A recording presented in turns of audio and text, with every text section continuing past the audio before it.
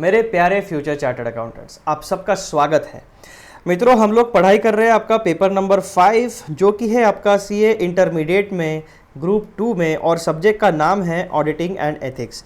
ये जो cover page आप देख रहे हो ये आपके इंस्टीट्यूट के स्टडी मटेरियल का कवर पेज है। अब मैं आपको लेके चलता हूँ हमारे प्यारे इंडेक्स में, जहाँ से हम अपने पढ़ाई का पूरा ट्रैकिंग कर रहे हैं। जैसा कि आप देख रहे हो कि टॉपिक नंबर 13 तक हमारी पढ़ाई हो चुकी है, उसके वीडियोस भी मेरे चैनल के ऊपर अपलोड हो चुके हैं। इस वीडियो का जो मुद्दा है करंट वीडियो का, उसमें हम टॉपिक नंबर 14 पढ़ने वाले हैं, जिसका नाम है क्वालिटीज़ ऑफ ऑडिटर। ठीक है बच्चों, कौन सा टॉपिक पढ़ने वाले हैं हम लोग? Topic number 14 qualities of auditor. Page number 1.27 पे हमें ये टॉपिक हमारे इंस्टीट्यूट के स्टडी मटेरियल में मिलने वाला है। तो हम लोग सीधा सीधा आ गए हैं पेज नंबर 1.27 के ऊपर, और यहाँ पे आपका टॉपिक नंबर 14 जो है, टॉपिक नंबर 14, वहाँ पर हम पहुँच गए हैं, जहाँ पे हमें हेडिंग दिखता है क्वालिटीज़ ऑफ ऑडिटर। अब सबसे पहला काम क्या है, मैं आपको दिखा देता हूँ कि आपका जो क्वालिटीज़ ऑफ ऑडिटर का टॉपिक है वो यहाँ से लेकर यहाँ तक है। बेसिकली 2-3 पैराग्राफ का कंटेंट इंस्टीट्यूट ने हमें प्रोवाइड किया है, लेकिन इतना मटेरियल, इस मटेरियल से आप डायरेक्टली आंसर नहीं लिख पाओगे। अगर आप इस मटेरियल से स्पेसिफिकली क्वालिटीज़ ऑफ ऑडिटर का अगर क्वेश्चन आता है और आप ये भी एग्जैक्ट वर्ड टू वर्ड भी छाप के आओगे, तो भी आपको अगर 4 मार्क का क्वेश्चन है तो 4 में से 4 नहीं मिलेंगे। क्यों? क्योंकि ये एक बेस है, बेसिक इन्फॉर्मेशन दी है, इसको थोड़ा सा ट्रांसफॉर्म हमें करना पड़ेगा।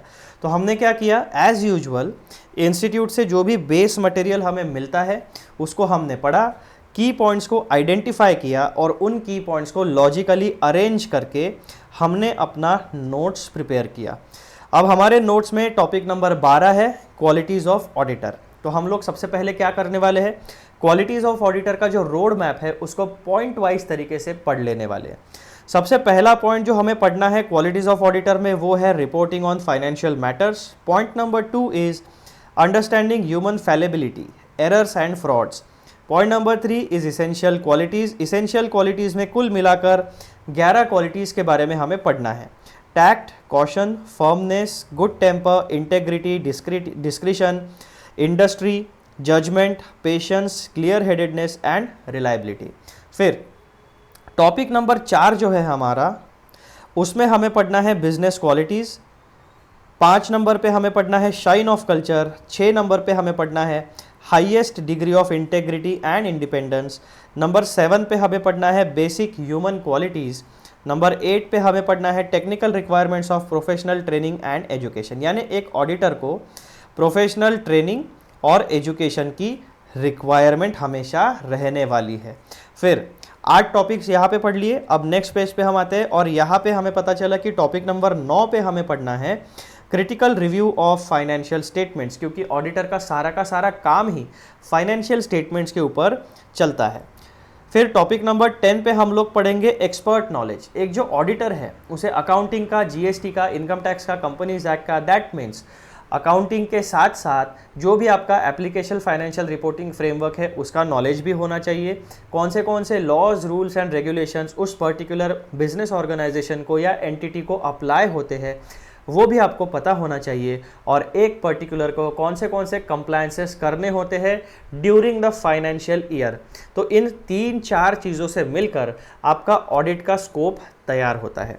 तो इसीलिए आपके ऑडिट से रिलेटेड जो भी फील्ड होगी उसका expert, basically accounts and law, इनका तो आपको कंप्लायंसेस का आपको एक्सपर्ट नॉलेज चाहिए ही चाहिए। जो आपकी इंजीनियरिंग की फील्ड है, मेडिकल फील्ड है, यानी अदर फील्ड है, उन अदर फील्ड का नॉलेज आपको नहीं चाहिए। आपको अपनी core field accounting, law and business and commercial laws, इनका नॉलेज चाहिए। लेकिन जो अदर फील्ड्स है उनकी भी ज़रूरत आपको पड़ सकती है, क्योंकि आपके बिजनेस में कौन सा ट्रांजैक्शन होगा ये आपको नहीं पता है। आपके बिजनेस में, यानी आप जो ऑडिट कर रहे हो, जिस बिजनेस का आप ऑडिट कर रहे हो उस बिजनेस में कौन सी मशीनरी यूज़ होती है वो आपको नहीं पता। तो ऐसे केसेस में आप उस पर्टिकुलर इंजीनियरिंग एक्सपर्ट को बुला के उसकी एडवाइस ले सकते हो। ठीक है, तो इस तरीके से ऑडिट में हमेशा एक्सपर्ट नॉलेज का, यानी पर्सनल एक्सपर्टीज़ और दूसरे लोगों की एक्सपर्टीज़, इन दोनों का कॉम्बिनेशन आपको लगने वाला है। फिर टॉपिक नंबर 11 में हम पढ़ेंगे exhaustive knowledge of accounting. This is a must, क्योंकि सारी की सारी फाइनेंशियल इंफॉर्मेशन अकाउंटिंग सिस्टम से होके ही फाइनेंशियल स्टेटमेंट्स में रिफ्लेक्ट होने वाली है। पॉइंट नंबर 12 पे हम लोग पढ़ने वाले हैं मित्रों, thorough understanding of accounting principles and techniques. Basically ये 11-12 पॉइंट्स कंबाइंड हैं। और उसके बाद सबसे आखिरी में हम लोग पढ़ेंगे एक प्यारा सा कंक्लूजन, जो हमें इन 12 मुद्दों के बारे में एक समरी या जिस्ट प्रोवाइड करेगा, जिससे हमें एक overall scenario regarding qualities of auditor के बारे में पता चल जाएगा। तो इस तरीके से मेरे प्यारे फ्यूचर चार्टर्ड अकाउंटेंट्स, हमें topic number 12 qualities of auditor इस वीडियो में पूरा समाप्त करना है। ठीक है, तो हम लोग अभी कहाँ पे आ जाएंगे? टॉपिक नंबर 12 के ऊपर। कौन से पेज पे दिख रहा है टॉपिक नंबर 12? यहाँ पे नहीं, रुको, कहाँ गया भैया?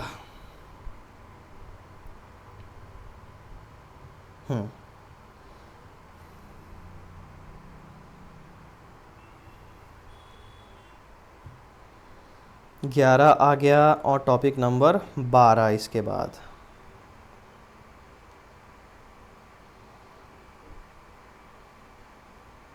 चलो पहुंच गए हम लोग पेज नंबर 46 के ऊपर। तो यहाँ पे हमें पढ़ना है मित्रों क्वालिटीज़ ऑफ ऑडिटर। ठीक है, लेकिन इसके पहले मैं आपको कुछ बताना चाहता हूँ। वो चीज़ कौन सी है मित्रों? ये है मेरा YouTube चैनल जिसका नाम है श्रीनिधि बोरीकर CA इंटरमीडिएट। YouTube पर सर्च करिए, चैनल को सब्सक्राइब करिए और CA इंटरमीडिएट के स्टूडेंट्स के साथ जिन्हें ऑडिट और एथिक्स की पढ़ाई करनी है, उनके साथ ये चैनल को शेयर करिए, ताकि आपका भी फ़ायदा हो, उनका भी फ़ायदा हो और मेरा भी फ़ायदा हो। ठीक है, तो चैनल को ढूंढिए, सब्सक्राइब करिए, सारे बेल नोटिफिकेशंस ऑन करिए, वीडियोस को लाइक करिए और अपने CA स्टूडेंट्स के साथ शेयर करिए। चलो अब हम लोग आगे बढ़ते हैं। बाकी प्लेलिस्ट वगैरह के बारे में तो आपको सब पता ही है, वो फिर से बताने की ज़रूरत नहीं है अभी इस वीडियो में, है ना? आ जाओ, तो एक इंट्रोडक्टरी पैराग्राफ हम लोग पढ़ लेते हैं। क्या कहते हैं ये लोग? An auditor plays a crucial role in providing assurance about the accuracy and reliability of financial statements. बहुत इंपॉर्टेंट वाक्य है ये, बहुत इंपॉर्टेंट सेंटेंस है। क्या कहते हैं ये लोग? An auditor plays a crucial role in providing assurance about the accuracy and reliability of financial statements। यानी जो हमारे फाइनेंशियल स्टेटमेंट्स होते हैं, जिसमें profit and loss account, balance sheet, schedules, notes and cash flow statement in general include होता है, this is known as set of financial statements. इन सारे डॉक्यूमेंट्स में, इन सारे रिपोर्ट्स में जो फाइनेंशियल इंफॉर्मेशन होती है, उसकी एक्यूरेसी एंड रिलायबिलिटी को क्रेडिट प्रोवाइड करने के लिए, दैट मीन्स क्रेडिबिलिटी प्रोवाइड करने के लिए जो ऑडिटर का एश्योरेंस है, ऑडिट रिपोर्ट है, वो बहुत क्रूशल रोल प्ले करती है। ठीक है, given the complexity and the significance of financial reporting, an auditor must possess a combination of personal and professional qualities. दोनों प्रकार की क्वालिटीज़ हमें चाहिए, personal human qualities and professional qualities. किस फील्ड में? ऑडिटिंग की फील्ड में। To effectively perform their duties, यानी जो एक ऑडिटर की ड्यूटी होती है उसको इफ़ेक्टिवली परफॉर्म करने के लिए हमें पर्सनल और प्रोफेशनल क्वालिटीज़ दोनों की ज़रूरत होती है। Here are the key qualities an auditor should possess explained in detail. अब यहाँ पे हमारा बैकग्राउंड सेट हो गया है इस कॉन्सेप्ट का। ऑडिटर के पास क्वालिटीज़ क्यों होनी चाहिए? जो फाइनेंशियल स्टेटमेंट्स है उनमें जो फाइनेंशियल इंफॉर्मेशन होती है उसकी एक्यूरेसी और रिलायबिलिटी को क्रेडिबिलिटी प्रोवाइड करने के लिए ऑडिटर के एश्योरेंस की ज़रूरत होती है, जिसे हम कहते हैं ऑडिट रिपोर्ट। ठीक है, लेकिन जो ऑडिटर की ड्यूटीज़ होती है उसे परफॉर्म करने के लिए ऑडिटर के पास पर्सनल एंड प्रोफेशनल क्वालिटीज़ होनी चाहिए। अब वो पर्सनल और प्रोफेशनल क्वालिटीज़ कौन सी है? तो यहाँ पर हमने पॉइंट नंबर 1 2 3 4 5 6 ऐसा पॉइंट नंबर जितना भी हमारा 12 पॉइंट्स है, इन सारी चीज़ों में हमने क्वालिटीज़ को एक्सप्लेन करने की कोशिश की है। और पॉइंट नंबर 13 में हमने इस टॉपिक का पूरा कंक्लूजन प्रोवाइड किया है। ठीक है, तो point number 1, report on financial matters. An auditor's primary responsibility is to report on the financial health of a business or institution. This involves examining financial statements to ensure they are accurate and comply with relevant standards. तो basically यहाँ पर जो हमने पहला sentence कहा है वो पहले सेंटेंस का हमने पॉइंट वाइज मैनर में यहाँ पे आपको रिफ्लेक्शन दे दिया है। Reporting on financial matters, auditor का काम क्या होता है? Reporting on financial matters. Auditor की प्राइमरी रिस्पॉन्सिबिलिटी क्या है? Is to report on financial health of a business और इंस्टीट्यूशन। अब फाइनेंशियल हेल्थ, इसका मतलब हम क्या कहते हैं? फाइनेंशियल हेल्थ का मतलब कि जो फाइनेंशियल स्टेटमेंट्स मैनेजमेंट ने प्रिपेयर किए हैं वो एप्लीकेबल फाइनेंशियल रिपोर्टिंग फ्रेमवर्क को फॉलो करके प्रिपेयर किए हैं, और जो भी फाइनेंशियल स्टेटमेंट्स मैनेजमेंट ने प्रिपेयर किए हैं जब हम उसका ऑडिट करते हैं तब हम इस लेवल तक पहुंचना चाहते हैं कि हम अपने ऑडिट रिपोर्ट में ये कह सके कि financial statements represent true and fair nature of operations of business, है ना। यानी हम financial health, basically financial health ये जो वर्ड है ये आपके ऑडिट के केस में रिफ्लेक्ट करता है, डिपिक्ट करता है true and fair nature of financial statements. यानी फाइनेंशियल स्टेटमेंट में ऐसा कोई भी मटेरियल मिस स्टेटमेंट ऑडिट के दौरान हमें नहीं दिखा जिसकी वजह से इकोनॉमिक डिसीजन मेकर्स के ऊपर कोई इम्पैक्ट पड़ेगा, ठीक है। तो इस तरीके का सबसे पहली रिस्पॉन्सिबिलिटी होती है reporting on financial matters. Point number 2 पे जब हम आते हैं तब हमें क्या दिखता है? Understanding human fallibility, that is errors and frauds. यहाँ पे क्या हो सकता है? Financial matters are susceptible to human errors and intentional fraud. अब जब हम पैसों की बात करते हैं तो पैसों की गिनती में गलती हो सकती है, पैसों का सेफ्टी एंड सिक्योरिटी में गलती हो सकती है ना। ट्रांजैक्शन को रिकॉर्ड करने में गलती हो सकती है, कोई गलत ट्रांजैक्शन रिकॉर्ड कर दिया, ट्रांजैक्शन अगर 10,000 का है तो उसके सामने 1,00,000 रुपए की अमाउंट में रिकॉर्ड कर लिया। तो ऐसे बहुत सारे एरर्स हो सकते हैं जब हम फाइनेंशियल मैटर्स की बात करते हैं, ठीक है। तो इनको हम कहते हैं एरर्स।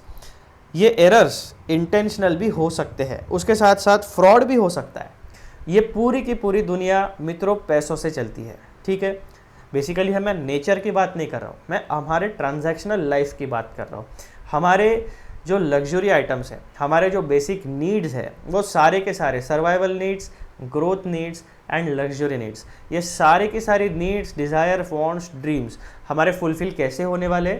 जब तक हमारे जेब में पैसा नहीं है तब तक हम इस दुनिया में ग्रो नहीं कर पाएंगे। जी लेंगे, जंगल में जाके लोग भी जीते, कोई ये बड़ी बात नहीं है। लेकिन अगर अब मैं हमारी इस दुनिया की बात करूँ, मटेरियल लाइफ की बात करूँ, तो पैसे को होना बहुत ज़रूरी है। तो ऐसे केसेस में क्या हो सकता है कि पैसा जल्दी कमाने के लिए, शॉर्टकट करने के लिए बहुत से लोग फ्रॉड भी करते हैं। This is the reality. इसमें कोई ज़्यादा टेंशन लेने की बात नहीं है और कोई ज़्यादा दुखी होने की बात नहीं। This is the reality. जैसे ईमानदार लोग हैं वैसे करप्ट लोग भी दुनिया में होते हैं, उनका प्रमाण कम ज़्यादा होते रहता है, ठीक है। तो एक ऑडिटर को ये समझना चाहिए। अब ऑडिटर को ये एरर्स एंड फ्रॉड्स की रियलिटी क्यों समझनी चाहिए? इसलिए समझनी चाहिए कि अगर आपको सामने से कोई व्यक्ति कोई इन्फॉर्मेशन दे रहा है तो आप आँख मूंद पर एक इनोसेंट बच्चे की तरह उस इन्फॉर्मेशन पर भरोसा नहीं कर सकते। आपको बैकग्राउंड पता होना चाहिए कि ये इन्फॉर्मेशन सही भी हो सकती है, इसमें एरर्स भी हो सकते हैं या फ्रॉडुलेंट इन्फॉर्मेशन भी हो सकती है। तो आपको अपने लेवल पे सचेत रहना है, आपको अपने लेवल पे अलर्ट रहना है। ये अलर्ट आप कब रह पाओगे? जब आपको ह्यूमन नेचर के बारे में जानकारी होगी। तो सबसे पहला लेसन आप एज एन ऑडिटर क्या सीखोगे? सबसे पहला लेसन आपको ये सीखना है कि कोई भी अगर कोई इन्फॉर्मेशन आपको प्रोवाइड करता है, वेदर इन रिटर्न फॉर्मेट और ओरली, तो आपको ऑन द फेस वैल्यू उस पर भरोसा नहीं करना है। आप क्या करोगे? इन्फॉर्मेशन आपके पास आई, ठीक है, आपने इन्फॉर्मेशन ले ली। अब आपको इन्फॉर्मेशन में क्या दिख रहा है? ट्रांजैक्शन का हेड क्या है, उसके बारे में डिटेल क्या है, उसकी अमाउंट क्या है, उसका सोर्स डॉक्यूमेंट क्या है। तो आप क्या करोगे? खुद होके आपको वो पहले चेक करना पड़ेगा, ऑडिट एविडेंस गैदर करना पड़ेगा। जब आप खुद उसमें इन्वॉल्व होंगे, जब आप ऑडिट एविडेंस अपनी आंखों से देखोगे, उसके बाद में आप उस इंफॉर्मेशन का क्या कंक्लूजन निकालना है वो डिसाइड करो। किसी तीसरे व्यक्ति के इन्फ्लुएंस के अंदर आपको अपना डिसीजन क्रिएट नहीं करना है। तो सबसे पहला पॉइंट आप लोगों ने ये सीख लिया। फाइनेंशियल इन्फॉर्मेशन देने वाले जो फाइनेंशियल इन्फॉर्मेशन देते हैं उसमें गड़बड़ी हो सकती है, होगी ही, ऐसा कंपल्सन नहीं है, गड़बड़ी हो सकती है, ये बात आपको ध्यान में रखना है। तो ये सबसे पहली क्वालिटी है ऑडिटर की, आपको अलर्ट रहना है, understanding human fallibility with regards to errors and frauds. फिर पॉइंट नंबर 3 में हम देखेंगे इसेंशियल क्वालिटीज़।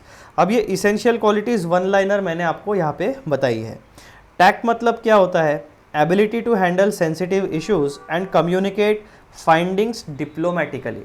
ये बहुत ही बढ़िया सेंटेंस है। एक मिनट।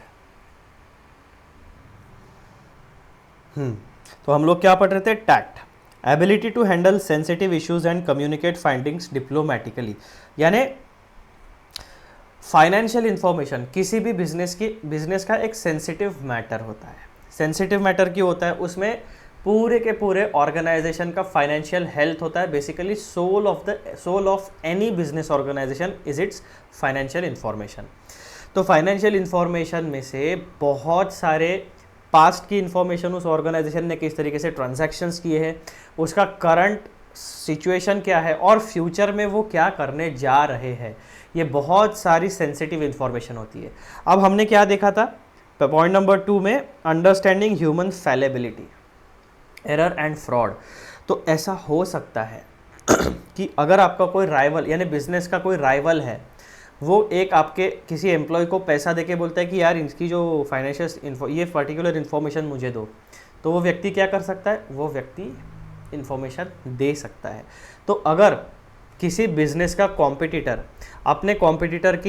अपने इंडस्ट्री कॉम्पिटिटर की इन्फॉर्मेशन या जानकारी निकालने के लिए किसी व्यक्ति को पैसा दे सकता है, तो वो व्यक्ति जो कॉम्पिटिटर है वो एक ऑडिटर को भी अप्रोच कर सकता है। ऑडिटर को भी वो बता सकता है कि इनको गलत गाइडेंस दो, इनके जो भी फाइनेंशियल स्टेटमेंट्स है उसमें इंफॉर्मेशन निकालो, इसमें कुछ पर्टिकुलर चीज़ें करो, इनको इनकम टैक्स जीएसटी के केसेस में फंसाओ, कुछ भी हो सकता है। तो इसीलिए जो फाइनेंशियल इंफॉर्मेशन है वो सेंसिटिव होती है। तो सेंसिटिव इंफॉर्मेशन को आप क्या करते हो? प्राइवेसी एंड सीक्रेसी मेंटेन करते हो।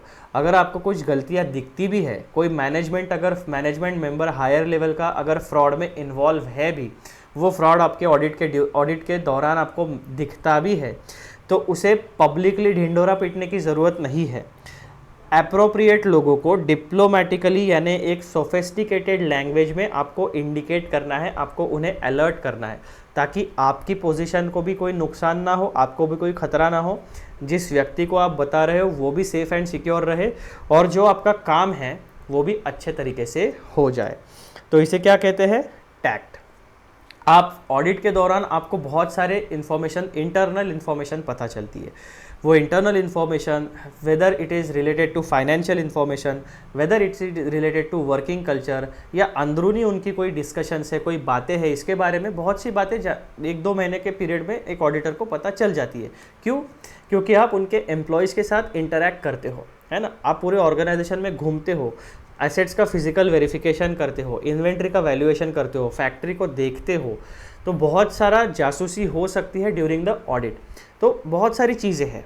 तो इसीलिए इन्होंने सबसे पहली क्वालिटी क्या बताई है कि एक ऑडिटर जो है वो न्यूट्रल पर्सन होना चाहिए, उसके पास टैक्ट क्या होनी चाहिए, आपको जो भी सेंसिटिव इशू है, whether related to financial information और related to internal matters of the company, अगर ऑडिट के दौरान आपको पता चलती है जिसका पॉजिटिव या नेगेटिव इम्पैक्ट उस ऑर्गेनाइजेशन पर पड़ने वाला है, तो आपको आपके ऑडिट फाइंडिंग्स को कम्युनिकेट करने का स्किल आना चाहिए, tactfully, diplomatically.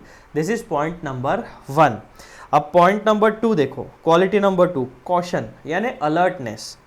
Exercising due care in examining financial statements and not taking information at face value। क्यों? पॉइंट नंबर 2 फिर से काम में आता है। फेस वैल्यू पे कोई भी इंफॉर्मेशन पे भरोसा नहीं करना है आँख बंद करके। एज एन ऑडिटर जब भी कोई आपको इन्फॉर्मेशन मिलती है, आप रिसीव करोगे, उस इन्फॉर्मेशन को आप खुद एक्चुअली चेक करोगे, उसके बाद ऑडिट एविडेंस गैदर करोगे, एंड देन जब आप पूरा एनालिसिस करोगे, आपने क्या क्या प्रोसीजर्स फॉलो की, उसमें से क्या ऑडिट एविडेंस मिला, बिजनेस एनवायरनमेंट किस तरीके का है, फाइनेंशियल स्टेटमेंट्स में क्या पोजीशन दिख रही है, और ये सारी चीज़ों को मिला के फिर जब आप अपना कंक्लूजन निकालोगे, तब जाके आपका ओपिनियन बनेगा। जो इन्फॉर्मेशन एज इट इज़ मिल रही है उसके ऊपर आपको अपना ओपिनियन नहीं बनाना है। किसी भी इन्फॉर्मेशन के फेस वैल्यू पे ऑडिटर का ओपिनियन नहीं होता है, उसके पीछे उसका वेरिफिकेशन होना चाहिए, तब जाके आप उस पर भरोसा कर सकते हो। तो ये कॉशन, ये अलर्टनेस आप में होनी चाहिए। Exercising due care in examining financial statements and not taking information at face value. खुद से पहले काम करो, उसके बाद में डिसाइड करो। फिर पॉइंट नंबर 3 में क्या देखोगे आप, firmness, standing bye there findings and opinions even in the face of opposition. अब ऐसा ये क्या होता है, ये रियलिटी है। आप किसी ऑर्गेनाइजेशन में जाओगे तो वहाँ पे थोड़ा बहुत रेजिस्टेंस होता ही है। कोई एम्प्लॉई है, कोई मैनेजमेंट मेंबर है, वो आपको सपोर्ट यानी बेसिकली आपको क्या कहते हैं उसे, उसके आपके काम में या ऑडिट के काम में सपोर्ट नहीं करेगा, अननेसेसरीली रेजिस्टेंस क्रिएट करेगा, अपोजिशन क्रिएट करेगा, ये इन्फॉर्मेशन क्यों चाहिए, वो इन्फॉर्मेशन क्यों चाहिए। अब जैसे आप कभी किसी एसेट का वेरिफिकेशन करते हो तो आपको क्या आप क्या देखोगे, बैलेंस शीट में वो एसेट कौन से कैटेगरी में है, फिक्स्ड एसेट में है, इंटेंजिबल एसेट में है, वर्क इन प्रोग्रेस में है, रिसर्च एंड डेवलपमेंट में जा रहा है, तो किस तरीके का एसेट है पहले वो आप देखोगे। फिर अगर आपको दिख रहा है कि यार इनके इसमें तो गुडविल दिख रही है, अब गुडविल के बारे में अकाउंटिंग स्टैंडर्ड्स क्या कहते हैं, इंडियन अकाउंटिंग स्टैंडर्ड्स क्या कहते हैं, गुडविल का अकाउंटिंग किस तरीके से होना चाहिए, क्या गुडविल बैलेंस शीट में दिखनी चाहिए या नहीं दिखनी चाहिए, अगर बैलेंस शीट में दिखाते हो तो क्या 5 साल में उसको राइट ऑफ करना ही पड़ेगा आपको कंपलसरीली, ये सारे पॉइंट्स आ जाते हैं। फिर गुडविल जब आप रिकॉग्नाइज करते हो अपने बैलेंस शीट में तो उसके पीछे का लॉजिक क्या था, जो गुडविल का वैल्यू है वो वैल्यूएशन आपने कैसे अराइव किया। तो जब आपको ये इस तरीके के इश्यूज दिखते हैं किसी भी फाइनेंशियल स्टेटमेंट में, आप उनमें डीप एग्जामिनेशन में उसके जाते हो, तो ऐसा हो सकता है कि आपके काम में अपोजिशन हो, यार गुडविल का आप इतना क्यों चेकिंग कर रहे हो, छोड़ो उसको, ऐसा नहीं। तो ऐसे केसेस में क्या, जहाँ पे भी आपको डाउट है, जो काम आप करते हो एज एन ऑडिटर, जो डिसीजन आप लेते हो, आप एक इंडिपेंडेंट ऑडिटर के तौर पर उसका डिसीजन लेते हो, तो अपने डिसीजन के ऊपर फर्म रहिए, standing bye there findings and opinions even in the face of opposition, यानी आपके ऑडिट रिपोर्ट में आपका फर्मनेस रिफ्लेक्ट होना चाहिए। फिर पॉइंट नंबर 4 क्या होता है, गुड टेम्पर। गुड टेम्पर में क्या होता है, maintaining composer and professionalism under pressure. बहुत प्रेशर होता है काम का, टीम मेंबर्स को हैंडल करना होता है, मैनेजमेंट के साथ अपने हमें कम्युनिकेट करना होता है, और दुनिया में जो है ना, वो कोई भी अगर क्वालिफाइड चार्टर्ड अकाउंटेंट है तो उसके पास केवल एक ऑडिट एंगेजमेंट नहीं होता है, साइमल्टेनियसली 10-12 ऑडिट चलते हैं, और वो भी सारे के सारे ऑडिट जो है 31 मार्च के बाद, सितंबर के पहले, यानी टैक्स ऑडिट के पहले ही, या कंपनीज अगर कंपनी है तो जो स्टैट्यूटरी ऑडिट की डेट है उसके पहले ही आपको वो पूरे 6 महीने के पीरियड में या 5 महीने के पीरियड में सारे के सारे ऑडिट कंप्लीट करने होते हैं। दैट मीन्स व्हाट, कि आपके ऊपर प्रेशर है, आपके पास लिमिटेड ह्यूमन रिसोर्स है, लिमिटेड फाइनेंशियल रिसोर्स है एंड लिमिटेड टाइम है, सारे रिसोर्सेस लिमिटेड है, 10-12 ऑडिट आपको करने हैं, बड़ी बड़ी कंपनीज है, तो आपको ये डिसाइड करना पड़ेगा कौन सी डेट में कौन सी कंपनी में हमारा कौन सा आर्टिकल असिस्टेंट जाएगा, उसके साथ कौन सा सीनियर जाएगा, कौन सा पार्टनर कौन से ऑडिट के काम में जाएगा। फिर वो जो सारा डेटा है, वो डेटा ऑडिट रिपोर्ट यानी ऑडिट एविडेंस यानी ऑडिट वर्किंग पेपर सारे के सारे ऑफिस में कलेक्ट होंगे, जो सीनियर मोस्ट पार्टनर होगा यानी चार्टर्ड अकाउंटेंट, वो सारी चीज़ों का रिव्यू करेगा और फाइनली एक एक पॉइंट अपने ऑडिट रिपोर्ट में ड्राफ्टिंग करते चलेगा। तो ऐसे केसेस में क्या होता है, आपका जो टेम्पर है वो प्रेशर बिल्डअप होते जाता है जैसे जैसे समय आगे बढ़ता है, अप्रैल मई जून जुलाई अगस्त, है ना, समय आगे बढ़ते जाएगा। अगर आपका काम ऑडिट का समय से पूरा नहीं होता है या कुछ प्लानिंग के हिसाब से आपका ऑडिट नहीं आगे बढ़ रहा है तो प्रेशर बिल्डअप होता है। तो ऐसे केसेस में क्या होना चाहिए, आपका कंपोजर एंड प्रोफेशनलिज्म प्रॉपरली आपको मेंटेन करना है एज एन ऑडिटर। फिर देखो, integrity, upholding honesty and strong moral principles. तो इंटेग्रिटी में आपको क्या मेंटेन करना है, आपको खुद का काम ऑनेस्टली करना है, और जो भी मॉरलिटी है, जो मॉरल प्रिंसिपल्स हैं, उनको मद्देनज़र रखते हुए अपने ऑडिट के काम को पूरा करना है। फिर आता है आपका discretion, handling confidential information with care, that means tact, caution, इन चीज़ों के साथ आपको डिस्क्रिशन भी मेंटेन करना है। Handling confidential information with care, जब भी कोई ऑडिटर को हायर करता है to conduct an audit, whether statutory audit, tax audit, GST audit, तो उसके एंगेजमेंट लेटर में या प्रॉपरली वो एक इम्प्लाइड होता है कि जो भी इन्फॉर्मेशन ऑडिट के दौरान आपको पता चलेगी आप उसको कॉन्फिडेंशियल रखोगे, without permission, without knowledge of that particular entity और एनी अदर अथॉरिटी, आप वो इन्फॉर्मेशन जनरल पब्लिक में कभी भी शेयर नहीं करोगे। तो as an article assistant, as an auditor, आपको ये बात ध्यान में रखनी है, जो भी आपके ऑडिट के दौरान आपको बातें पता चलती है वो एग्जैक्ट इन्फॉर्मेशन आप बता नहीं सकते। एग्जाम्पल के जैसे मैं टीचर हूँ, जो मैंने ऑडिट के काम किए, तो मैं क्लाइंट का नाम आपको नहीं बता सकता, एग्जैक्टली क्या अमाउंट थी वो नहीं बता सकता, उनके बुक्स ऑफ अकाउंट्स में क्या क्या हेड्स थे वो नहीं बता सकता, लेकिन एक ब्रॉड सेंस में मैं जब उस पर्टिकुलर इन्फॉर्मेशन में से एंटिटी के आइडेंटिफिकेशन की इन्फॉर्मेशन हटा देता हूँ तो वो एक जनरलाइज्ड एग्जाम्पल बन जाता है, उससे किसी को कोई बात पता नहीं चलने वाली है। तो अगर मैं एग्जाम्पल बताता भी हूँ, मैं अपने ऑडिट के क्लासेस में कोई एग्जाम्पल्स अगर शेयर भी करता हूँ रियल लाइफ, तो उसमें मैं ये पूरा का पूरा केयर या कॉशन रखता हूँ कि मेरे वजह से किसी भी क्लाइंट के डिटेल्स बाहर लीक ना हो। ये as a auditor, as a teacher मुझे केयर लेनी पड़ती है। तो सिमिलरली जब आप कभी ऑडिट करने जाओगे तो आपको भी बहुत सारी इन्फॉर्मेशन पता चलेगी, तो उस इन्फॉर्मेशन को आपको कॉन्फिडेंशियल रखना है, सीक्रेट रखना है, प्राइवेट रखना है। जनरली किसी भी पब्लिक थर्ड पार्टी पर्सन के पास आपको वो इन्फॉर्मेशन शेयर नहीं करनी है। फिर आता है आपका इंडस्ट्री। इंडस्ट्री में क्या पता चलेगा आपको? Demonstrating a strong work ethic and dedication to the audit process. यहाँ पे इंडस्ट्री का मतलब किन शब्दों में उन्होंने कहा है? Work ethic and dedication to audit process, इस तरीके से आपको रखना है। फिर point number 8, judgement, making sound decisions based on evidence and professional knowledge. तो आपका जो ऑडिट का जजमेंट होगा, जो कंक्लूजन होगा, वो कैसे, किस पर बेस्ड होना चाहिए? Sound, your decisions must be sound which are based on audit evidence and professional knowledge. यानी अगर आप ऑडिट करने जाते हो तो आपके पास एक professional experience plus professional knowledge base भी होना चाहिए, ठीक है। तो हम लोगों ने सबसे मेरे ख्याल से दूसरे लेक्चर में हमने पढ़ा था इंटरडिसिप्लिनरी नेचर ऑफ ऑडिटिंग। तो ये जो प्रोफेशनल नॉलेज है, हमने देखा था कि ऑडिट के साथ साथ 8 अलग अलग फील्ड्स है जिसका नॉलेज हमें होना ज़रूरी है। जैसे कि अकाउंटिंग की फील्ड हो गई, स्टैटिस्टिक्स, मैथ्स के कुछ टूल्स हो गए, टेक्निक्स हो गए, फॉर्मूलाज हो गए, इकोनॉमिक्स का सर्टन नॉलेज हमें होना चाहिए, प्रोडक्शन की प्रोसेस का नॉलेज होना चाहिए, कम्युनिकेशन का स्किल होना चाहिए, और भी 3-4 टॉपिक्स थे जहाँ पे हमने इंटरडिसिप्लिनरी नेचर में प्रोफेशनल नॉलेज एक ऑडिटर को क्या क्या होता है वो पढ़ा था। अगर आपको एक बार रिवाइज करना है तो आप उस पर्टिकुलर वीडियो में जाके देख सकते हो, ठीक है जी। या आप अपने इंस्टीट्यूट के स्टडी मटेरियल में जो आपका इंटरडिसिप्लिनरी नेचर ऑफ ऑडिटिंग है उसमें भी वो डायग्राम देख सकते हो, जिसमें ऑडिट का 8 अलग अलग फील्ड्स के साथ उन्होंने क्या रिलेशनशिप है वो बताया है। फिर पेशेंस होना चाहिए एक ऑडिटर में, taking the time to thoroughly investigate and verify information. बहुत बार क्या होता है, जैसे कि आप किसी बड़ी ऑर्गेनाइजेशन में जाते हो, ठीक है, तो वहाँ पे ऐसा ज़रूरी है कि हर एक डिपार्टमेंट आपके एक ही बिल्डिंग में हो। एक बड़ा प्रीमाइसेस होता है, उस बड़े प्रीमाइसेस में फॉर एग्जांपल 3-4 बिल्डिंग्स हो सकती है। तो कुछ डिपार्टमेंट एक पर्टिकुलर विंग ए में होंगी, कुछ पर्टिकुलर डिपार्टमेंट्स विंग बी में होगी, और जो पर्टिकुलर डिपार्टमेंट्स है उनका फिजिकल डेटा, जो आपका डिजिटल डेटा है वो हो सकता है एक जगह पे हो जहाँ पे आपकी सर्वर रूम हो, ठीक है। तो आप डिजिटल डेटा जो है वो अपने लैपटॉप पे या उनको एक्सेस मांग के डेटा का आप कहीं पे भी बैठ के उसको एक्सेस कर सकते हो। लेकिन जब आपको फिजिकल वेरिफिकेशन के लिए जाना होता है तब आपको थोड़ा सा घूमना पड़ेगा, है ना। डिपार्टमेंट विंग ए, विंग बी, विंग सी, इस तरीके से आपको घूमना पड़ेगा। फैक्ट्री में भी आपको घूमना पड़ेगा, वेयर हाउस में आपको घूमना पड़ेगा, ठीक है।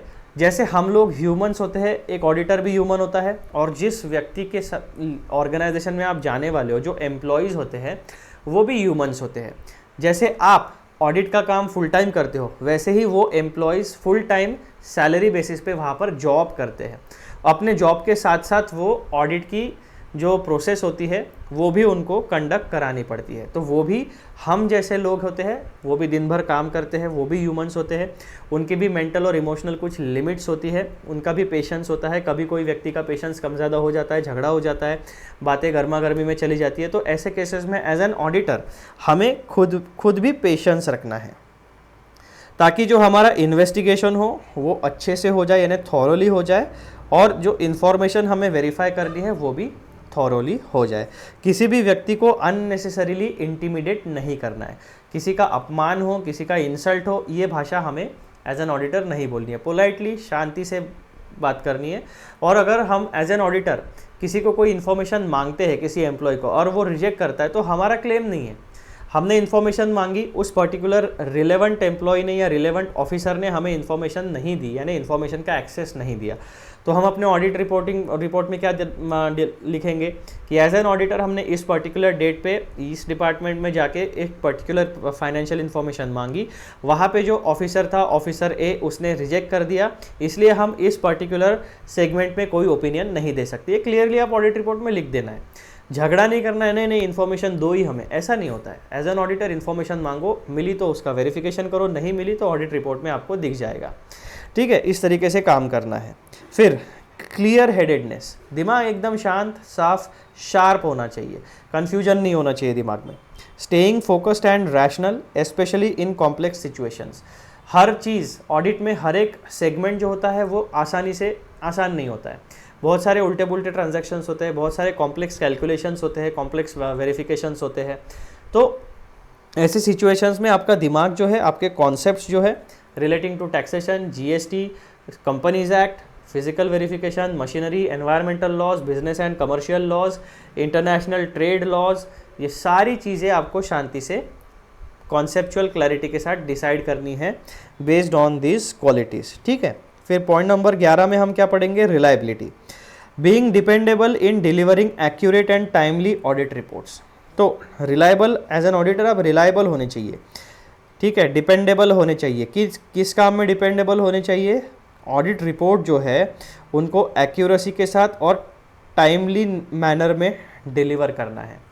बेसिकली एक ऑडिट जब शुरू होता है तो कितनी भी बड़ी ऑर्गेनाइजेशन हो, मैक्सिमम 60 डेज में वो ऑडिट कंप्लीट होके आपका ऑडिट रिपोर्ट सबमिट हो जाना चाहिए। पब्लिक लिमिटेड कंपनीज में एक पर्टिकुलर टाइम फ्रेम होता है, उसमें आपको फॉलो करना होता है।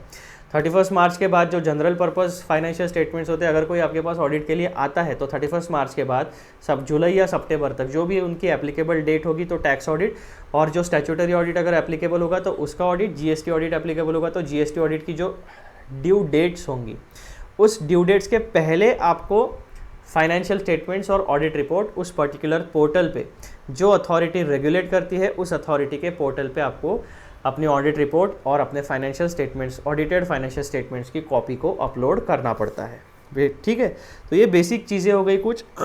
तो ये सब करते समय एक्यूरेसी होनी चाहिए, टाइमली काम हमारा समय से ख़त्म होना चाहिए, अनलिमिटेड टाइम हमारे पास नहीं है। तो मित्रों ये कुछ 11 क्वालिटीज़ है जो ऑडिटर में होनी चाहिए। ठीक है, अब हम आते हैं पॉइंट नंबर 4 पे, business qualities. All personal qualities that contribute to being a good businessman such as strategic thinking, problem solving and effective communication are also important for an auditor.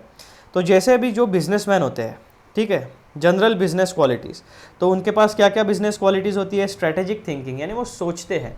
Strategy हमेशा, अगर आप इंटरनेट पे search करोगे, आप थोड़ा research करोगे इस शब्द के बारे में, स्ट्रैटेजी के बारे में, तो स्ट्रैटेजी हमेशा यूज़ होती है वॉर के सेंस में, यानी जहाँ पे भी वॉर हो रही होती है वहाँ पे वो स्ट्रैटेजी का, इस शब्द का इस्तेमाल करते हैं। स्ट्रैटेजी वो बनाते इसलिए कि उन्हें जीतना है। तो स्ट्रैटेजी जो है ये हमेशा लिंक किया जाता है विनिंग ओवर द एनिमी, यानी जो हमारा एनिमी है उसके ऊपर जीत हासिल करने के लिए हमें क्या प्लान करना है, क्या स्टेप्स लेने हैं, उसे कहा जाता है स्ट्रैटेजिक प्लानिंग, स्ट्रैटेजिक थिंकिंग। तो एक जो ऑडिटर है उसके पास ये स्ट्रैटेजिक थिंकिंग होनी चाहिए कि उसका अल्टीमेट गोल क्या है। जैसे वॉर में अल्टीमेट गोल क्या होता है, जो हमारा एनिमी है उसके ऊपर जीत हासिल करना। अब ऑडिट में हमारा क्या गोल होता है कि जो भी हम स्टार्ट डेट है ऑडिट की, वहाँ से जाकर हम ऑडिट एविडेंस जमा करें, ऑडिट वर्किंग पेपर्स क्रिएट करें और अपना ऑडिट ओपिनियन ऑडिट रिपोर्ट में in return format properly express कर पाए। तो ऑडिट का मेन पर्पज़ ही ये होता है कि ऑडिटर को अपना ओपिनियन देना है। ठीक है, तो ये जो आपका गोल है, इस गोल को आप अचीव कैसे करोगे उसे कहा जाता है स्ट्रैटेजिक थिंकिंग। ठीक है, तो पहली क्वालिटी आपको क्या चाहिए बिजनेस क्वालिटी में से, स्ट्रैटेजिक थिंकिंग चाहिए, प्रॉब्लम सॉल्विंग चाहिए। प्रॉब्लम अगर हमारे सामने आता है तो रोना नहीं है, कंफ्यूज नहीं होना है, हिम्मत नहीं हारनी है, प्रॉब्लम को सॉल्व करो, सोचो उसके बारे में। अब ये प्रॉब्लम सॉल्विंग कैसे आएगी, जब आपके पास स्ट्रैटेजिक थिंकिंग होगी, गोल ओरिएंटेड थिंकिंग होगी। तो क्वालिटी नंबर 2 हो गई problem solving and effective communication. आपका पूरा का पूरा काम एज एन ऑडिटर बेस्ड है कम्युनिकेशन के ऊपर। आपने ऑडिट रिपोर्ट प्रोवाइड कर दी, लेकिन किसी को समझ ही नहीं आ रहा है वो पढ़ के आपने लिखा क्या है, तो कोई फ़ायदा है क्या? नहीं। तो आपकी लैंग्वेज ऐसी होनी चाहिए, आपका प्रेजेंटेशन का मैनर इस तरीके का होना चाहिए कि वो अंडरस्टैंडेबल हो। तो ये है आपका इफेक्टिव कम्युनिकेशन। ऑडिट रिपोर्ट में भी इफेक्टिव कम्युनिकेशन होना चाहिए, during the process of audit भी आपका कम्युनिकेशन इफेक्टिव होना चाहिए, और प्रिलिमिनरी एंगेजमेंट एक्टिविटीज़ जो होती है, जो आपके मैनेजमेंट के साथ आपको कम्युनिकेट करना होता है, वो भी इफेक्टिव होना चाहिए। तो through out the process of audit effective communication होना चाहिए with management of the entity, with related officers, हमारे जो टीम मेंबर्स होते हैं ऑडिट के, उनके साथ भी, यानी ओवरऑल इफेक्टिव कम्युनिकेशन। तो 3 क्वालिटीज़ आप और ऐड कर लो। इन 11 में 3 क्वालिटीज़ आपकी और ऐड हो गई, strategic thinking, problem solving, effective communication. 5वां, shine of culture. An auditor should possess a level of cultural awareness and refinement which helps in interacting effectively with clients and stakeholders from diverse backgrounds. जहाँ पे भी हम काम करने जाते हैं, जहाँ पे भी हम ऑडिट करने जाते हैं, वहाँ पे बहुत सारे अलग अलग कल्चर के लोग एक साथ काम करते हैं। तो shine of culture means what, आपको ये ध्यान रखना है कि आपकी वजह से किसी की भी कल्चरल वैल्यूज़ हर्ट ना हो, किसी की भी कल्चरल वैल्यूज़ को आपकी वजह से कोई धक्का ना पहुँचे। ठीक है, बेसिक चीज़ है ये। पॉइंट नंबर 6 क्या कहता है, highest degree of integrity and independence, यानी ऑनेस्टी और इंडिपेंडेंस होना चाहिए। जो भी आपका दिमाग है, आपका जो डिसीजन है, उसके ऊपर किसी तीसरे व्यक्ति का इन्फ्लुएंस नहीं होना चाहिए।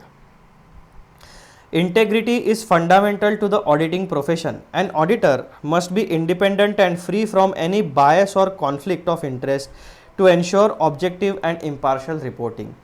सबसे हमें पूरे ऑडिट के प्रोसेस में क्या करना है, ऑब्जेक्टिव एंड इम्पार्शियल रिपोर्टिंग को एंश्योर करना है। तो उसके लिए हमें क्या चाहिए होता है, इंटेग्रिटी एंड इंडिपेंडेंस, ये 2 क्वालिटीज़ भी हमें चाहिए होगी। ये हो गया आपका पॉइंट नंबर 6। बहुत ज़्यादा कुछ इसमें बताने के लिए नहीं है। पॉइंट नंबर 7 में हमें क्या पढ़ना है मित्रों, basic human qualities. Apart from professional attributes, basic human qualities like honesty, empathy and respect are essential for building trust with clients and stakeholders. तो अभी तक हमने honesty, empathy, respect, honesty पढ़ लिया, empathy पढ़ लिया, respect जो है ना, यानी म्यूचुअल रिस्पेक्ट। कोई आपसे बड़ा नहीं है, कोई आपसे छोटा नहीं है, वी आर इक्वल्स। जब हम काम करने जाते हैं तो इस न्यूट्रल नेचर के साथ आपको जाना है। ठीक है, फिर पॉइंट नंबर 8 में क्या पढ़ना है हमें, technical requirements of professional training and education. An auditor must undergo rigorous professional training and education to acquire the necessary skills and knowledge. Continuous learning and staying updated with the latest developments in accounting and auditing standards are crucial. तो जब भी आप कोई भी audit का engagement conduct करोगे तो आपको अकाउंटिंग और ऑडिटिंग के जो स्टैंडर्ड्स है, यानी accounting standards, Indian accounting standards and standards on auditing, इनमें सारे के सारे लेटेस्ट अपडेट्स जो है वो पता होने चाहिए, क्योंकि वो आपको ड्यूरिंग द ऑडिट फॉलो करने हैं। Technical requirement of professional training and education. चलो मैं आपको एक बार दिखाई देता हूँ ना, ये जो 3 लाइन यहाँ पे हमने पढ़ी है कि प्रोफेशनल ट्रेनिंग एंड एजुकेशन का मतलब हम एक्चुअल में कहना क्या चाह रहे हैं। तो ये है मित्रों हमारा इंडेक्स।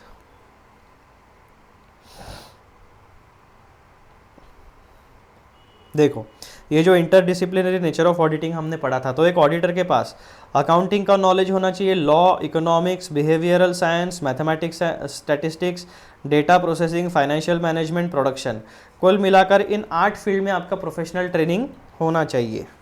ये बेसिक चीज़ वहाँ पे कहना चाहते हैं।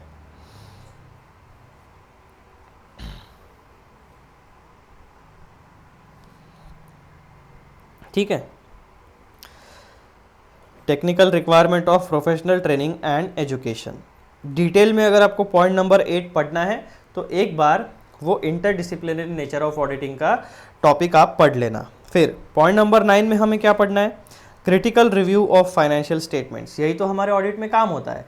जो भी फाइनेंशियल स्टेटमेंट्स हमें मिलते हैं थ्रू द मैनेजमेंट, हम क्या करते हैं, उन फाइनेंशियल स्टेटमेंट्स को वेरीफाई करते हैं प्रॉपरली, ऑडिट एविडेंस गैदर करते हैं, उस ऑडिट एविडेंस का इवैल्यूएशन करते हैं based on business environment of the entity, उसकी actual position, past records, current position, इस हिसाब से हम अपने पूरे डिसीजन को शेप अप करते हैं। और फाइनली जो भी फाइनेंशियल स्टेटमेंट का आइटम हमने वेरीफाई किया है उससे रिलेटेड ओपिनियन हम क्रिएट करते हैं। इसे कहा जाता है critical review of financial statements. An auditor is responsible for critically analyzing financial statements to identify any discrepancies, misstatements or areas of concern. तो जब आप critical review of financial statements कहते हो तो आपको क्या करना है, identify any discrepancies, that means material misstatement, यहाँ पे डिस्क्रिपेंसी और मिसस्टेटमेंट का मतलब क्या होता है, मटेरियल मिसस्टेटमेंट, और कंसर्न का मतलब क्या होगा, ड्यू टू फ्रॉड और error.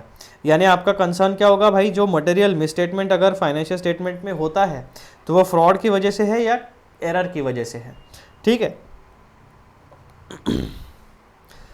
An auditor is responsible for critically analyzing financial statements to identify any discrepancies, misstatements, or areas of concern.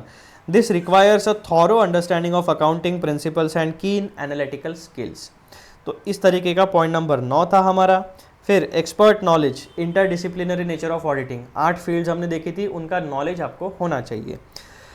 To be effective, an auditor must possess expert knowledge in accounting and auditing. ये तो basic, यहाँ पे तो आपको auditing और accounting में expert knowledge चाहिए ही चाहिए।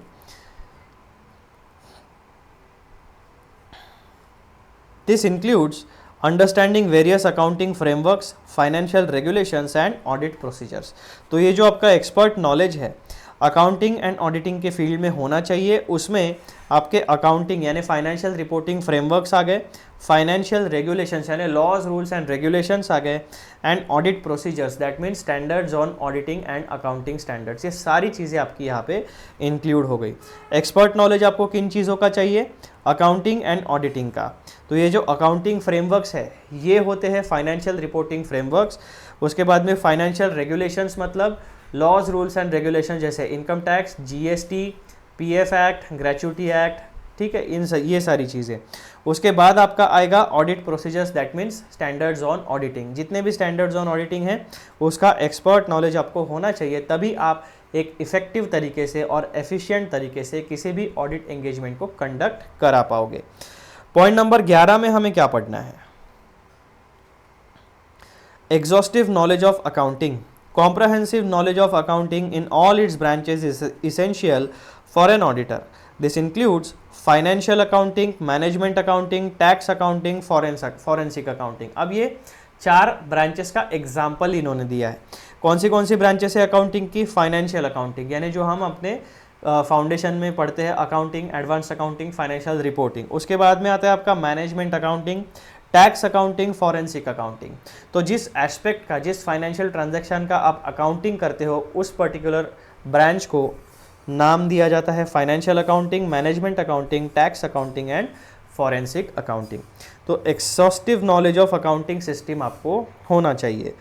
Point number 12, thorough understanding of accounting principles and techniques. N auditor must be well versed in accounting principles and techniques, enabling them to accurately interpret financial data and provide valuable insights. अब जैसे financial accounting में हमारे क्या क्या चीज़ें होती है, theory base of accounting होता है, अकाउंटिंग स्टैंडर्ड्स होते हैं, इंडियन अकाउंटिंग स्टैंडर्ड्स होते हैं, फाइनेंशियल रिपोर्टिंग फ्रेमवर्क होता है जैसे schedule 3 to the companies act, और उसके बाद में आपके कौन से अलग अलग सेक्टर्स है, टेलीकॉम रेगुलेटरी अथॉरिटी है, इंश्योरेंस रेगुलेटरी अथॉरिटी है, बैंकिंग रेगुलेशंस है। तो ये जो पर्टिकुलर सेक्टर्स है इनको रेगुलेट करने वाली एक प्राइम अथॉरिटी है। वो अथॉरिटी डिक्टेट करती है कि इन सेक्टर्स में फाइनेंशियल रिपोर्टिंग किस तरीके से होगा। तो ये सारी चीज़ें आपको एज एन ऑडिटर, अगर आप किसी इस पर्टिकुलर ऑर्गेनाइजेशन का काम करने जाते हो तो उसका नॉलेज होना चाहिए। ऐसा नहीं कि मुंह उठा के चले गए और ऑडिट करके आ गए, ऐसा नहीं होता है। जिस फाइनेंशियल स्टेटमेंट्स का आप ऑडिट करने जा रहे हो उस एंटिटी के बारे में जो भी एप्लीकेबल फाइनेंशियल रिपोर्टिंग फ्रेमवर्क है, लॉज, रूल्स एंड रेगुलेशंस है, वो सारी चीज़ें आपको पता होनी चाहिए। प्लस स्टैंडर्ड्स ऑन ऑडिटिंग और ऑडिटिंग का नॉलेज भी आपको होना चाहिए। उसके बाद आप एक क्वालिफाइड पर्सन होते हो, एलिजिबल होते हो किसी भी एंटिटी का ऑडिट कंडक्ट कराने के लिए, ठीक है। तो जो भी आर्टिकल्स है, जो भी इंटर्नशिप शुरू होती है वो खुद को ऑडिटर मत समझने लगना। क्यों? क्योंकि अभी तक आपको जो सीए इंटरमीडिएट में पर्टिकुलरली जो स्टूडेंट्स है, आप कंप्लीट ऑडिटर नहीं हो। क्यों नहीं हो? क्योंकि आपके पास केवल फाउंडेशन का नॉलेज बेस है, आपके पास केवल इंटरमीडिएट का नॉलेज बेस है। अगर आपने दोनों ग्रुप पास किए हैं तो आपके पास अभी तक फाइनल का नॉलेज बेस आपके दिमाग में नहीं है। फाइनल के बाद भी पोस्ट क्वालिफिकेशन कोर्सेस भी हमारा इंस्टीट्यूट ऑफर करता है। तो ये जो दुनिया है इसमें नॉलेज अनलिमिटेड है। As an intern, as a CA student हमारे पास नॉलेज एकदम लिमिटेड अमाउंट में होता है। तो हम क्या करते हैं, खुद को ऑडिटर समझने लगते हैं। तो ये गलती आप लोग मत करना। ठीक है। नॉलेज गेन करते रहना, खुद की प्रोफेशनल्स एंड टेक्निकल स्किल्स को एनहांस करते रहना, मैं भी करता हूँ, ठीक है। मैं भी खुद को कंप्लीट ऑडिटर नहीं समझता हूँ, क्योंकि जब अपन हम लोग कुछ ऐसा समझते हैं कि भाई अभी कुछ नहीं बचा है, तो फिर हमें पता चलता है कि यार स्टैंडर्ड और इंटरनल ऑडिट भी है, अलग अलग प्रकार के गाइडेंस नोट्स है, टेक्निकल मटेरियल है, हर फील्ड में हर साल में कुछ ना कुछ नया ऐड होते जाता है। क्यों? क्योंकि वो बिजनेस सिनेरियो में हर साल कोई ना कोई नया ट्रांजैक्शन, नए पैटर्न का ट्रांजैक्शन होता है। फिर नए पैटर्न का ट्रांजैक्शन अगर होता है या कोई लॉ चेंज होता है, तो उस हिसाब से हमारी ऑडिटिंग की प्रोसीजर्स भी चेंज होती है। कभी कभी क्या होता है, institute of chartered accountants of India किसी स्टैंडर्ड ऑन ऑडिटिंग में चेंजेस करता है। इसका मतलब क्या हुआ, हमारा जो नॉलेज बेस है, हमारी जो बिज़नेस है, हमारा जो इंडस्ट्री है, वो एक डायनामिक नेचर की है, यानी हमेशा चेंज होते रहती है। तो उसके साथ साथ हमें भी हमेशा चेंज होना पड़ेगा और हमें भी हमेशा अपना नॉलेज बेस अपडेट करते रहना पड़ेगा। तो कभी भी दिमाग में नॉलेज को घुसने, यानी ऑडिटर साहब इस ईगो को मत घुसने देना, अपनी स्किल्स, अपने नॉलेज बेस के ऊपर हमेशा भरोसा रखना, उसको एनहांस करते रहना। उसके बाद में कंक्लूजन क्या होता है इस पूरे टॉपिक का, the qualities of an auditor encompass a blend of personal integrity, professional expertise and interpersonal skills. यानी जो 12 क्वालिटीज हमने ओवरऑल देखी है एक ऑडिटर में, वो 3 कैटेगरीज में आपकी जाती है। पहली कैटेगरी पर्सनल इंटेग्रिटी, दूसरी कैटेगरी प्रोफेशनल एक्सपर्टीज एंड तीसरी कैटेगरी इंटरपर्सनल स्किल्स, यानी कम्युनिकेशन और एक दूसरे के साथ हम किस तरीके से बिहेव करते हैं, वो सारी चीज़ें। तो ये पूरी की पूरी 12 जो क्वालिटीज़ है 3 सेगमेंट्स में आपकी कैटेगराइज होती है। Personal integrity, professional expertise and interpersonal skills, ये कीवर्ड्स है, इनको हमेशा याद रखना।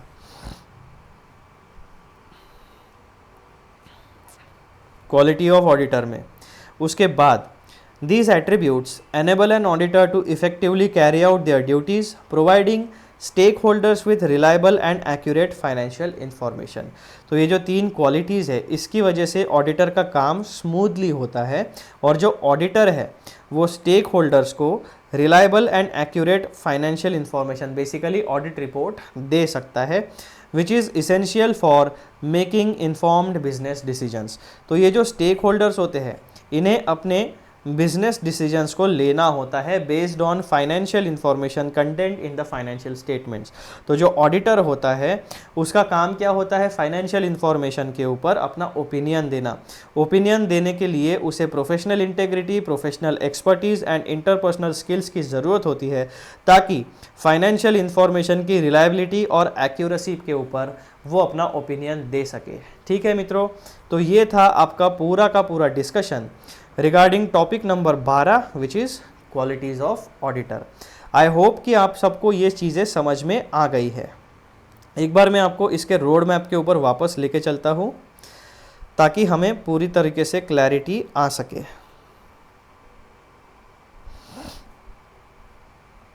ठीक है, ये आ गए हम लोग रोड मैप के ऊपर। Qualities of auditor, reporting on financial matters, understanding human fallibility, regarding errors and frauds, essential qualities में ये सारी चीज़ें पढ़ी। उसके बाद में business quality, shine of culture, highest degree of integrity and independence, basic human qualities, technical requirement और critical review of financial statements, और यहाँ से यहाँ तक नॉलेज होना चाहिए आपका, एक्सपर्ट नॉलेज। और अल्टीमेटली हमने पूरे टॉपिक का एक कंक्लूजन दिया। उस कंक्लूजन में हम लोगों को ये पता चला कि ये जो 11-12 पॉइंट्स हमने पढ़े, ये सारे के सारे 3 कैटेगरीज में क्वालिटी जाती है, पर्सनल इंटेग्रिटी, प्रोफेशनल एक्सपर्टीज़ और इंटरपर्सनल स्किल्स। तो मित्रों, इस तरीके से हमारा टॉपिक नंबर 12 ख़त्म होता है। ठीक है, कितना हो गया, 49 मिनट्स। ओके, लंबा हो गया यार ये तो, इसको और थोड़ा कम करना पड़ेगा एक्सप्लेनेशन, यानी कम मीन्स प्रिसाइज करना पड़ेगा। ठीक है, तो मेरे प्यारे future chartered accountants, I hope कि आपको क्वालिटीज़ ऑफ ऑडिटर वाला टॉपिक जो है वो अच्छे तरीके से समझ में आ गया है। अब आगे क्या है, आगे आपके लिए ये काम बचा हुआ है। चैनल को ढूंढिए, चैनल को सब्सक्राइब करिए, वीडियोस को शेयर करिए ताकि मेरे चैनल की रीच अच्छी हो सके, चैनल ग्रो कर सके। वीडियोस को शेयर करिए, लाइक करिए और कमेंट सेक्शन का पॉजिटिवली एंड कंस्ट्रक्टिवली आप यूज़ कर सकते हो to ask your doubts, to give your feedback, to post your opinion. गड़बड़ करोगे कमेंट सेक्शन में तो वहाँ पे आप नहीं दिखोगे, दिस इज़ अ फैक्ट। ठीक है, तो ये बेसिक चीज़ें थी सारी की सारे।